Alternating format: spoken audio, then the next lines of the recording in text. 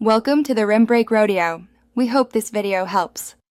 In this video, I will explain how to play Red Alert 2 multiplayer online. First, you will need to download and install the free CNCnet client, which is essential for online play. This client provides a stable platform and manages game versions.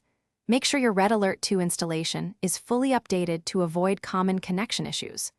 Also, remember to adjust your firewall settings to permit the game and client to communicate over the internet, ensuring smooth gameplay with friends and other players. Once the CNCnet client is running, head to the multiplayer lobby. Here, you will see a list of active games hosted by other players. You can easily join one by selecting it and clicking the Join button.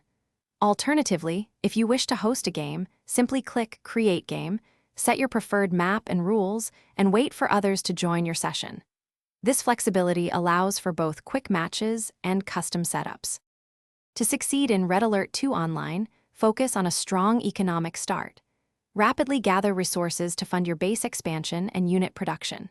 Scouting is crucial. Send a few units to explore the map and observe enemy build orders. This intelligence helps you counter their plans. Remember to balance your army composition and base defenses. A well-rounded approach, combining aggressive pushes with solid protection, often leads to victory against skilled opponents. If you encounter issues like lag or disconnections, first verify your internet connection stability. Many common problems have simple solutions found on the CNCnet forums, which are a great resource for troubleshooting. For more immediate assistance or to connect with other players, consider joining the official community Discord server. There, you can find live support, share tips, and participate in a vibrant community dedicated to Red Alert 2. Thanks for watching. Consider subscribing if we helped you.